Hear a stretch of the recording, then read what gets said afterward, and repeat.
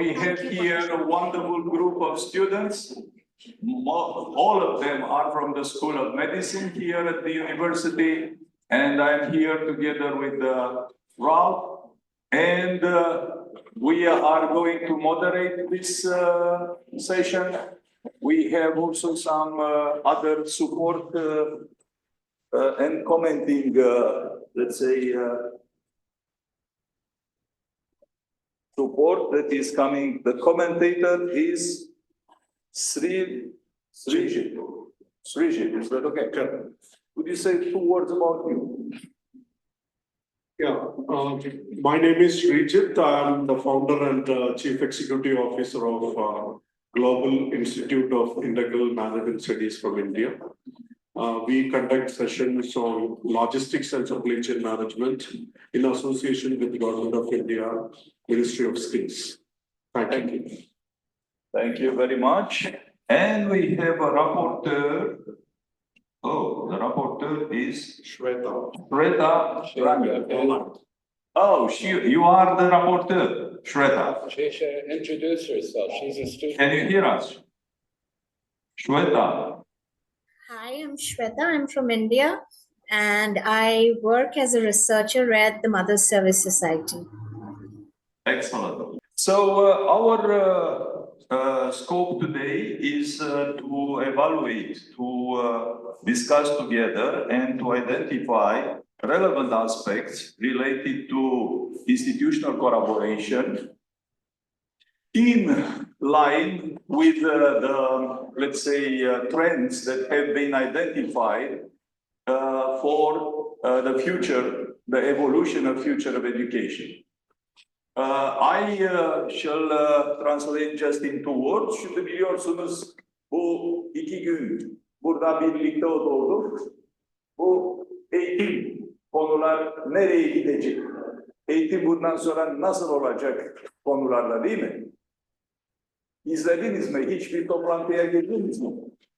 Konferans toplantılarına. Kim girdi?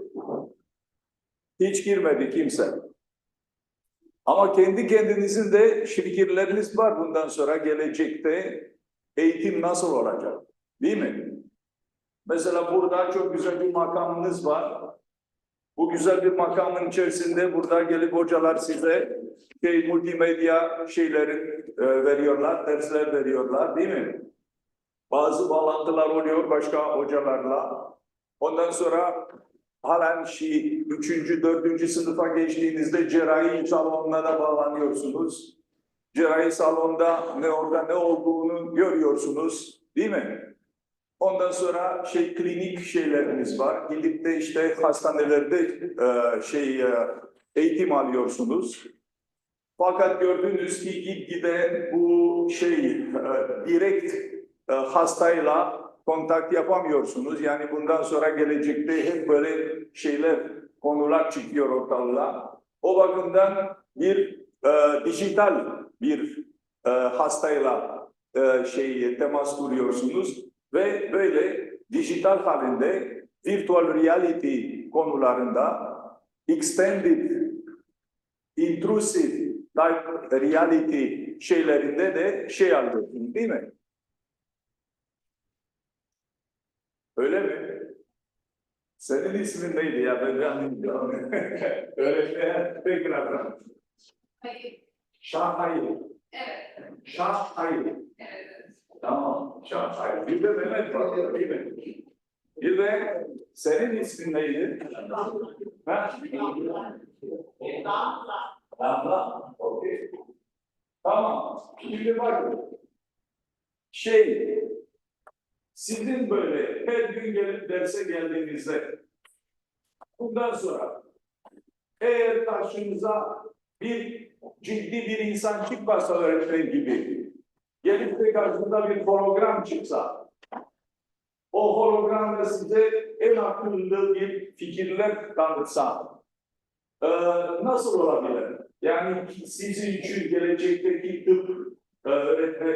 tıpçılar için yani doktorlar için böyle bir dijital eğitim size daha çok bir insandan daha uzaklaşma bir şey olmaz mı? dersiniz? Kimse bunu İngilizce söyleyebilir mi hocalarımızın karşısında? Hello? O zaman Türkçe söyleriz. Ne dersiniz? So my question for them it was the following. So all of them, they are students in medical school. And the question was, okay, so you are following excellent education here. You have preclinical studies, you have clinical studies, and generally you are going given and you touch the patient and learn based on the, let's say, diagnosis of the patient. But now more and more there is a tendency to virtualize this due to the data, due to the different impact issues, legal frameworks and so on. And in this context, what is their opinion about this movement towards digitalization from their perspective as future doctors? Kim başlayacak? Damla. Sen ne diyorsun? Damla Bey. Sen ne diyorsun burada? Olarak. Yani kendi kendini bir doktor gibi görüyorsun değil mi? Ama eğitimde 4 yıl, 5 yıl, 10 yıl burada sadece dijital bir hastan karşısında görsen, karşında sadece bir dijital bir hoca konuşsan, sen gerçek bir hastaya etki koyabilir misin? Yapamıyorum. O bakımdan sen diyorsun ki doktor diye bir şey için bunlar bir insan olması gerekiyor. Evet, sen ne diyorsun? Ne düşünüyorsun? İktidarla bir şey var. Bir uçak alırsın, kesersin, değil mi? Problem olmaz. Yani bir şeyiniz olsa hasta sahalarından olur, bitirer böyle değil mi? Ne yapıyorum? O insana değil. Evet, daha iyi olmaz mı dijital olsa? Ha? Yok, gerçek birisiyle kesmek istiyorum. Tam görmek istiyorsun değil mi? Şah. Sen ne dersin?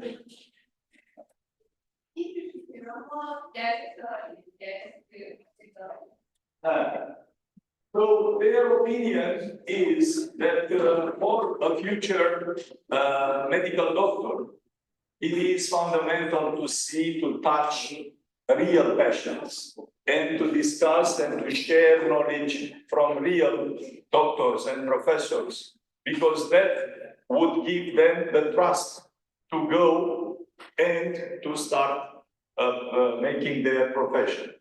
Ama ikinci bir adıma gidiyoruz. Diyelim ki zaten bugün de siz bir cerrahi bir salonuna girmiyorsunuz. Normalde güzel bir, burada hangi odada cerrahi salonunun görmek için bir arena olması lazım. Orada da işte ekranda göstermesi lazım. Var mı öyle bir şey burada? Bir odamız olmalı. Yani o odada işte bağlantı oluyor, orada kamera oluyor ve o kameradan görüyorsun. Yani bir cerrahi bir operasyon nasıl geçiyor, nasıl hazırlıklar oluyor ve bütün bu işleri yapılmasında gözüküyor. Şimdi bu mesele sizin için çok da güzel çünkü bu üniversitenin 2 tane üniversite hastanesi var değil mi? Bunun dışında live hastaneler de işte arkanızda herhangi bir bilgiyi oradan alabiliyorsunuz değil mi? Şimdi böyle bir bağlantı olmasaydı, gidip de siz başka hastanelere rica etseydiniz nasıl olurdu? Bir gibi, işbirliği gibi eğitim konusunda hastanelerle birlikte böyle bir bilgi almak iyi bir şey mi? So, generally in the medical education, you know that, for instance, for a surgical operation, usually they don't go to the operation room. Usually they have camera and they are following the operations from outside. The teacher is explaining them what kind of things, procedures are taken and so on and so forth. And following that, they have this, let's say, access directly to real operating conditions. Of course, this is possible here because this university has two university hospitals.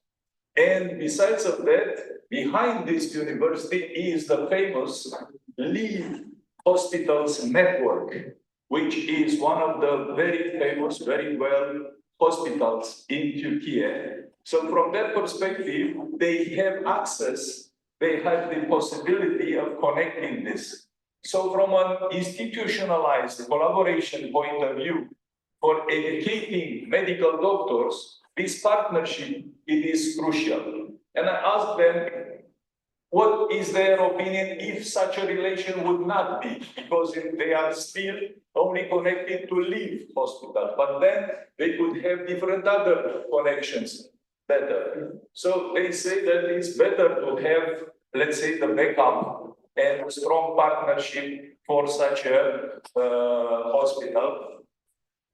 Aynı zamanda biliyorsunuz hastane şeylerde gereklilikleri de hep sizin üniversitede oluyor. Mesela hemşire olsun, ondan sonra başka uzmanlaşma şeyler olsun. Gelip burada eğitim arıyorsunuz, geri gidiyorsunuz hastaneye, değil mi? Böyle bir yakın çalışma, yakından birleştiren bir içten birleştiren bir şey, bir taraftan güçlü bir bağlantı, değil mi? Ama bunun zayıf tarafı da var. Neden? Çünkü Türkiye'de başka hastanelerde var.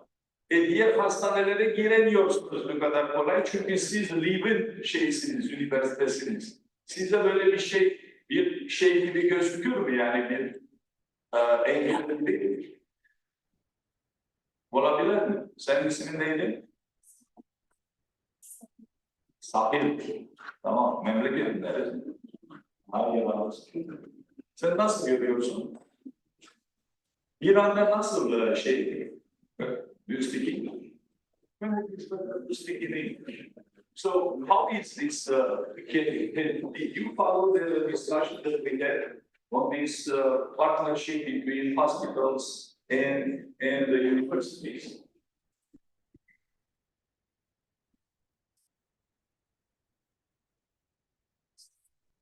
So you say that it will be better to have a broader partnership between hospitals and the universities, because in this way it will be access to a much broader type of education experiences, isn't it?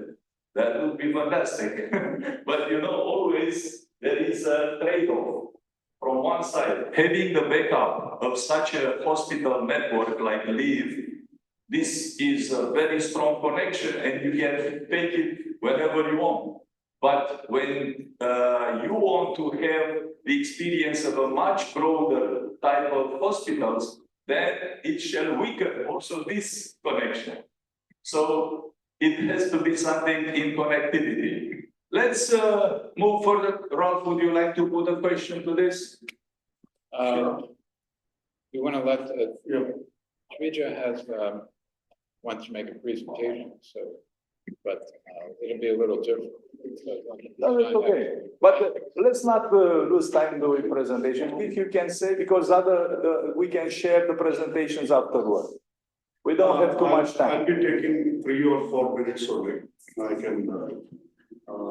There are various possibilities of institutional collaborations, and as a synopsis, I would like to name 6 possible collaborations which are very active now all around the globe, and 1 future possibility.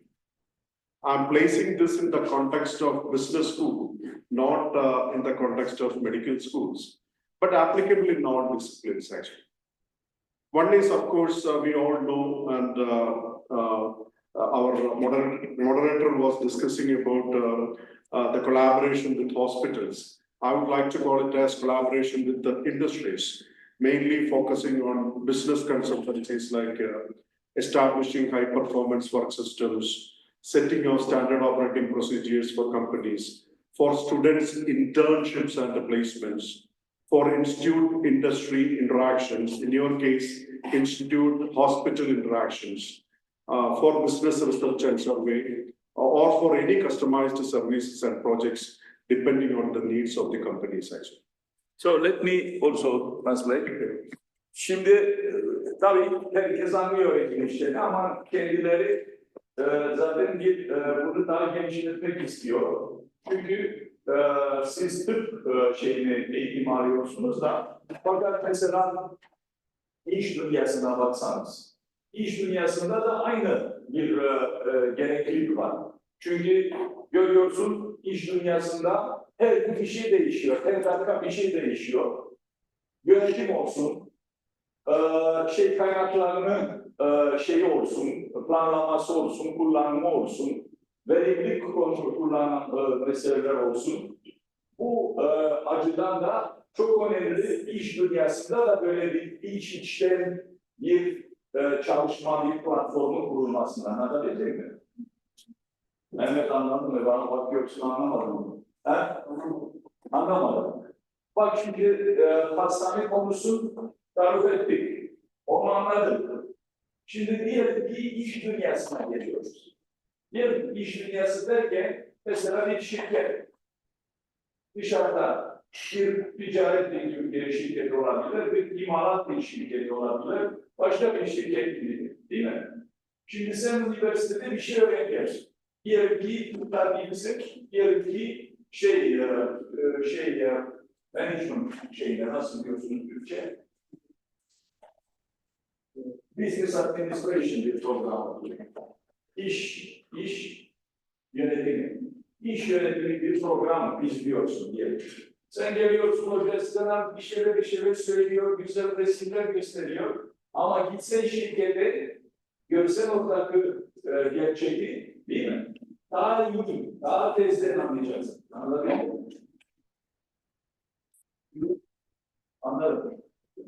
Okay, the second one is collaboration with the other education institutions and universities, mainly focusing on student exchange, faculty exchange, collaborative efforts on students' placements, research and publication of research papers, etc. This is the second kind of educational collaborations we can look at. Şimdi ikinci konuda arkadaşımız ne diyor? Diğer taraftan diyor, üniversiteler arasından da bağlantı kurulmasında. Çünkü biliyorsunuz her zaman uzmanlar az. Diyelim ki neurosurgery yani nasıl diyorsunuz Türkçe'de? Neurocerrahi konusunda. Her ülkede bir iki tane üstünlük olanlar o değil. Ama bazısı burada bu üniversitede ve zorluyorlar. Onun için başka bir üniversitede bağlantı kurup sizin üniversitenizle birlikte değil mi? Oradaki hoca yani birinci numara olan neurocerrahi veya yüz cerrahisi nasıl diyorsunuz? Face. Böyle birisi gelip de size o bilgiyi veriyor. Veya diyelim ki her üniversitede her tür laboratuvarda kuramıyorsun çünkü çok masraflı. Onun dışında mesela geçenlerde ziyaret ettik Moldova'da. Orada 1940'tan beri şeyler almışlar. Nasıl diyorum? Sample yani numune almışlar ve onu formülün içine koymuşlar. Ve çeşitli hastalıklar o formülün içinde duruyor. Ve kesit de oradan resim çekiyorlar. Mikroskopta bakıyorsun. Şimdi o tip bir laboratuvar herkes de kuramaz. Ama o laboratuvara olmak için, kullanmak için iki üniversitede, üç üniversitede veya daha bir üniversite gibi ağır bir üniversitesi gibi o zaman bağlantı kurulursa işte o tip laboratuvarlarda daha iyi olurlar kullanacak. So I give them the example that we visited recently in Moldova, for instance, where they have a large database for different types of diseases, and they have stored some types of diseases in formal. And of course, such a laboratory cannot be done by all universities. One university is using this, and then it's shared with all the others, and the others, they can use it in this way. Please. And third one is collaborations and membership with accreditation agencies. I'm not that much aware about the medical accreditations, but in case of business schools, there is an accreditation agency called EQUIS, which is working on Europe area. Another accreditation agency called AACSB, that is an American accreditation system, and AMBA. This is the third one. These are the top 3 accreditation bodies as far as business management is concerned. They guarantee recognition worldwide by top employers and other universities. Being accredited improves the quality of business management programs, or at least it helps in image and brand building. Accreditation helps in hire and retain the best professors and researchers, facilitate students to carry out credit transfer to member universities, study a semester, one semester in one university and or one course in one university, and share it with the other member universities in the next semester. Şimdi bu üçüncü konumuz çok önemli. Bu akreditasyon konusu. Şimdi her üniversitede hocalar bir akreditasyon, bir sertifikasyon, bir prosesten geçiyorlar. Mesela biliyorsunuz tıpta üniversitede bitiriyorsunuz, ondan sonra staj yapıyorsunuz, stajdan sonra uzmanlaşma zamanı geliyor değil mi? Bir dersler alıyorsunuz, uzman yaşıyorsunuz, uzmanlaşma sonunda da uzman, yani uzman doktor gibi geçiyorsunuz. Ve o uzman doktorun da işte bazı kademeleri var. Şimdi o uzmanlaşma kademeye yetişmek için tabii kendinizin diplomalarınız eşdeğer olması gerekiyor. Mesela siz burada bir eğitim alıyorsunuz. Başkası gidip de işte Romanya'da olsun veya Amerika'da olsun bir eğitim alıyor. Şimdi eğitiminiz eşdeğer olması gerekmek için, yani birlikte birbirinize kıyaslandığında bir gelmesi için bunlar hepsi bir sertifikasyon, bir kuruluştan geçmeleri gerekiyor. Yani programlar. Anlaşıldı mı? Sizin isminiz neydi küçük hanım? Kırmızı şey.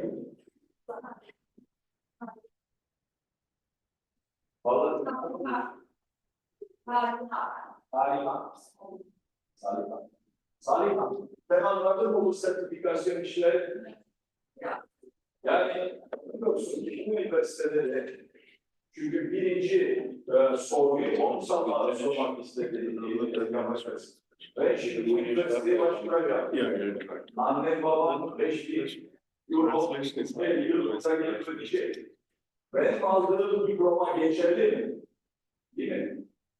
Eğer o diploma geçerli olsa sadece Türkiye'nin içinde bu bir.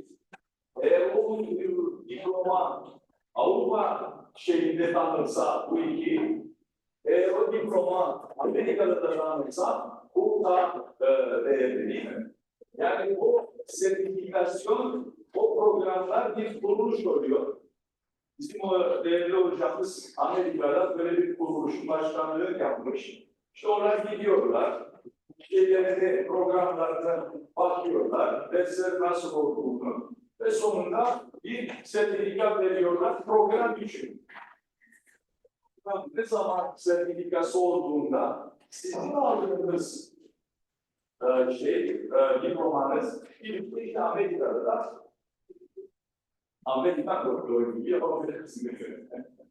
Okay. Yeah, next 3 points are self-explanatory, so I'm not going to explain it.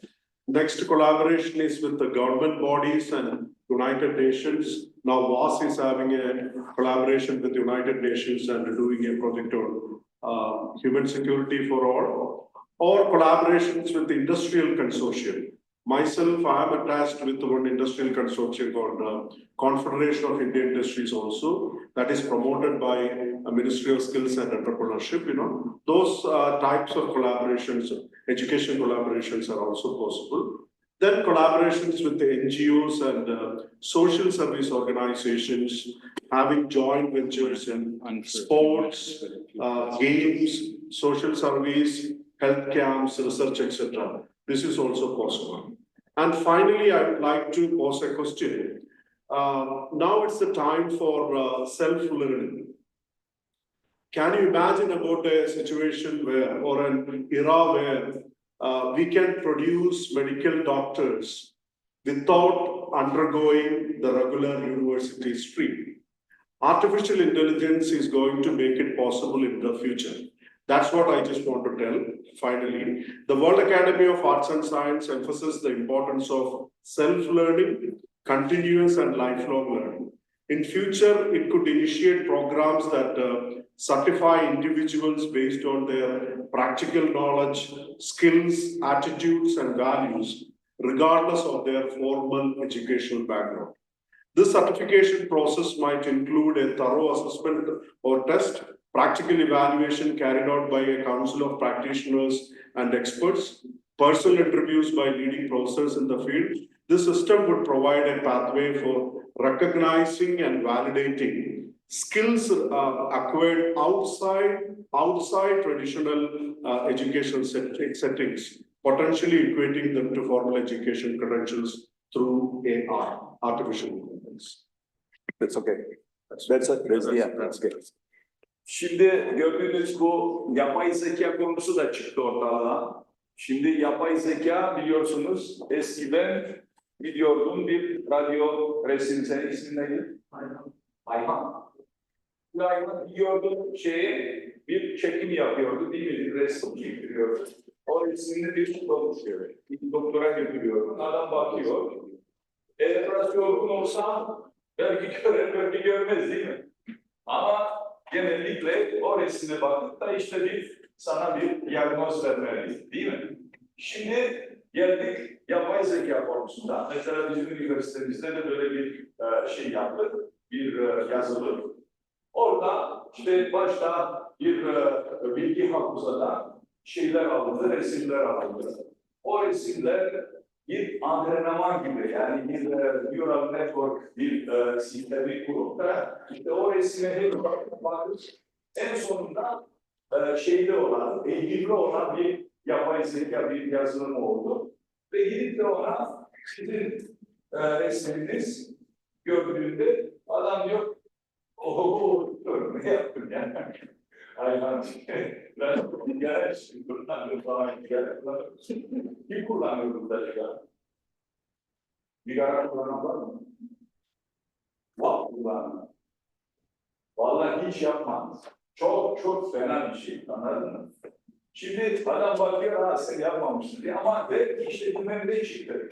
Sen öyle bir yapay zeka, bir bilgi veren bir sisteme, bir yazılıma inanır mısın? İnanmazsın. So the question was, okay, if you in the future you'll have some kind of outlets with artificial intelligence that are going to be trained based on the existing databases with different radiography and so on, would you trust in the result of such a an application? Ayhan, she is very reluctant to this issue. Okay, kim inanır yapay zeka yazılımlara? İyi bir yapay zeka yazılımları olsa, would you trust in this kind of applications, in AI, artificial intelligence? To which extent? Because at the end, it's not about trusting or not. It's about the extent to which we are going to use the artificial intelligence tools, Because at the end, do you think that the human medical doctor will be replaced by an artificial intelligence tool? No. But in training, it would be good, isn't it? In education, Not exactly replace. So it will be a very helpful to use, to have some hints, but then also to have the medical doctor that has to judge more holistically the patient, isn't it? Thank you very much. Now, Professor Wolff would like to put some questions. I just say, you can translate, but I just Oh, yeah, have yeah. fun. What's the leading cause of death in Turkey? What's the leading Cause of death in Turkey. cause of that? Biliyor musunuz Türkiye'de en çok kaza faktörü nedir? Neden ölüyor insanlar en çok? Neden ölüyor en çok insanlar Türkiye'de? Kanser. Kanserden mi? Başka bir şeyden mi? Ne faktör? Ha?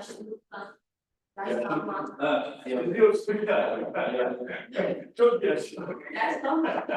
Çok yaşlı. Başka ölüm faktörü nedir? Yok. Ha? Yok. Diyabet. Diyabetten çok olarak ölmez. Kanser olabilir. Trafik kazası olur mu? Asıl canavar trafik kazası. Başka?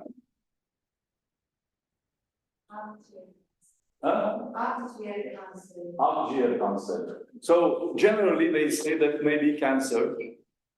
I suggested that maybe the traffic accidents, heart disease, yeah, heart attack. Cancer is usually third or fourth.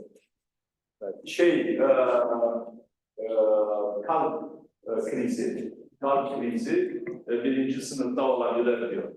But is it the same for women as it for men? And are the signs of a heart attack the same for women as for men?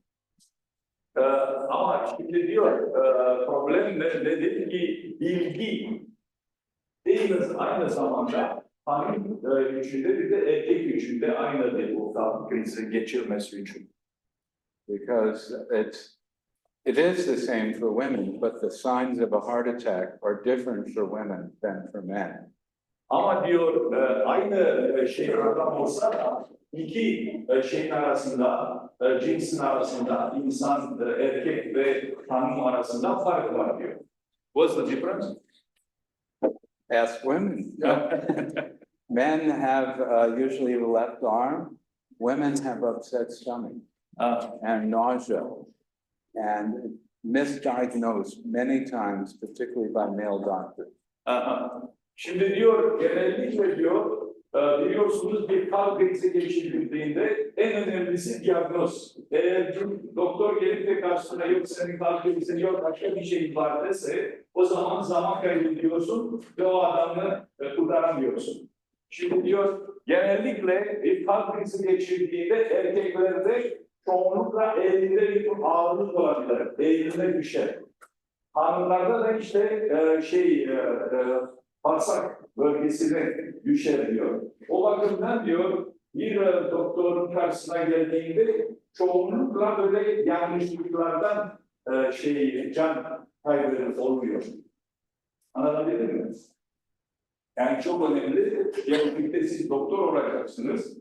Çok dikkatli olmanız gerekiyor. Evet, mesela bir hanım gelse, bir bulanığım var dese, o zaman size dese ne yedin akşam desen, tamam normal bir şey yediğinde bir problem yaptığım, eskiden sana problem yaptı mı böyle bir şeyler sorsanız, bu bilgilerle sonra bakmanız gerekiyor. Eğer bir bağırsak bulanığı var mı, yoksa bir kalp krizinden geçti mi acaba, değil mi? Veya birisi işte elinde bir ağırlık var dese, onu da etmek için. Buyurun. So my advice is to always question, where did the research come from? Most research in medicine is done on men. Much less is done on women, and mainly women from Western Europe or the US. So different cultures have different ways, symptoms, and different approaches. So it is you're going to be trained how to evaluate research critically important. Who was it done on? How large was the sample? And was it done on women as well as men and culturally diverse populations? And keep questioning, because we need more data on more populations to be the best doctors, because patients trust you to have the answers. Şimdi biliyorsunuz genellikle doktora yetişeceksiniz. Doktor olduğunuzda her gün okumanız gerekiyor. Yani dergileri açacaksınız, bakacaksınız. İşte bazı dergilerde böyle bir makale çıkabilir. İşte bazı yeni şeyler, buluşlar tanınabilme. Fakat her zaman bakmanız gerekiyor. Yeterli kadar büyüktü mü yapıldığı deneyimler. Mesela sadece 5-10 kişi üzerinde zaten makale bastırılmıyor. O kadar küçük bir şey de olsa. Ama diyelim ki 2000, 5000, 10.000 bir grubun içinde yapıldı mı? İşte erkek ve hanım oranı ne kadar grubun içinde? İşte o şeyin içerisinde buluşlar kültüre bağlı değil, nerede yapıldı? Bu Amerika'da bir kültür olabilir, Türkiye'de başka bir kültür olabilir, işte Afrika'da başka bir kültür olabilir. O şeylere de dikkatini çekmelisiniz. Yeah, and then Let's go to the end. yeah, just one more thing is the leading cause of heart disease is stress. And so it's very important to learn how to address stress. That's why we talked about yoga and meditation and other things, not just medicine. And just say, wish them all well to complete and to be successful doctors.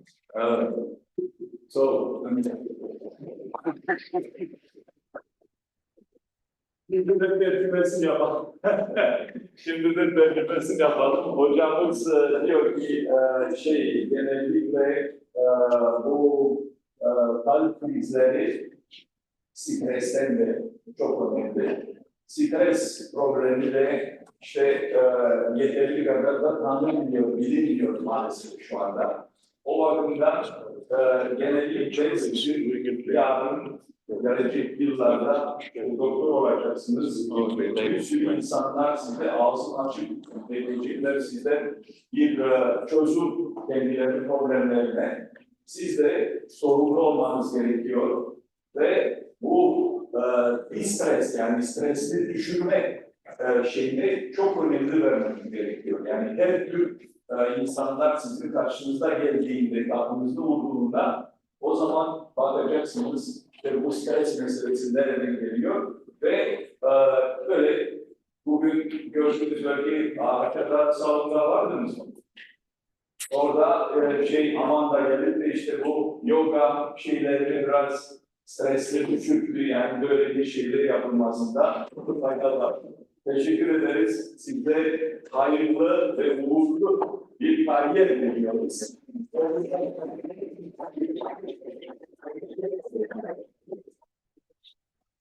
Thank you.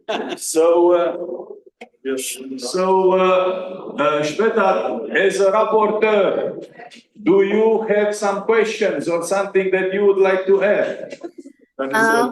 Yes, Professor Eden, I would like to talk to everybody about university or institutional collaborations and the programs. One of the most important programs called Erasmus, which promotes university collaboration. So university student mobility, you say, and professor yes. mobility. Yes. That's a very, very interesting point.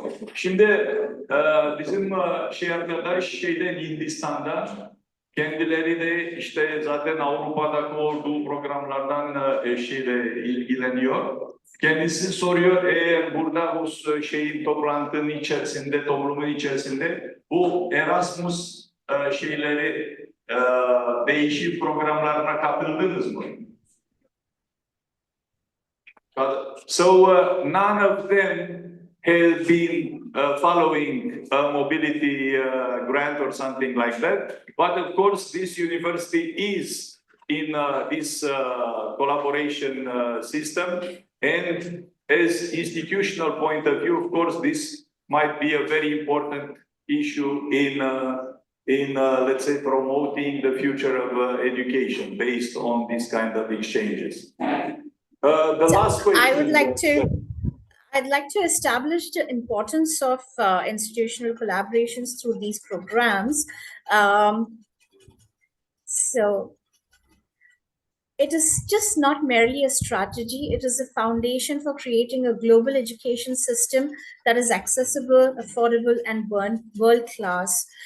Institutional collaborations are foundation to creating a world-class global education system by fostering mutual understanding. Yes. Shweta, that's okay, because our session here ended as time, so we have to close. In principle, if you agree, we just wanted to pass over the most important points. Yes. So the first important point, as it was mentioned from perspective of business or from perspective of medical education, it is very important to have the proper collaborative style of teaching, both from for instance, in medical education, the relation between the teachers and the hospitals, so the connection between the school and the hospital, and to have a very tight connection into that this is helping a lot in this process. Also, the aspect between other medical schools or other universities, where you can have different type of competencies, or you can have different other infrastructure or facilities they could be shared. Of course, in this point, you can mention also this mobility issue that is also a very important aspect of collaborating. Whenever it is possible, we can make it via internet or online connectivity, but it is also a very important added value to have this mobility, in-person mobility actions that could be in different companies or in other universities. The next issue that we pointed on, it was the issue related to digitalization, and particularly for the medical school, but also for the business schools and so on. It is this trend of models of games and playing different, let's say, roles using these kind of models. Particularly for medical school, it was a big reluctance regarding the efficiency of these kind of models. In other sectors, maybe like a business school and so on, the laboratories for simulation businesses and so on might be a very good tool to promote it. But of course, at the end, it is very important to have this kind of institutional framework to have in-person, let's say, experience, meetings, and so on and so forth.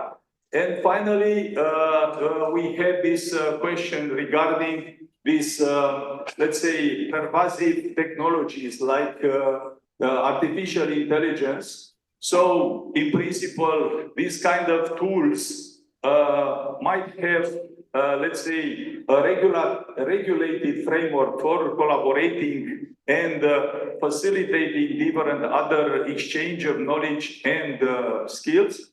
But in medical application, there is still a reluctance on the use of the artificial intelligence as, let's say, in a large scale.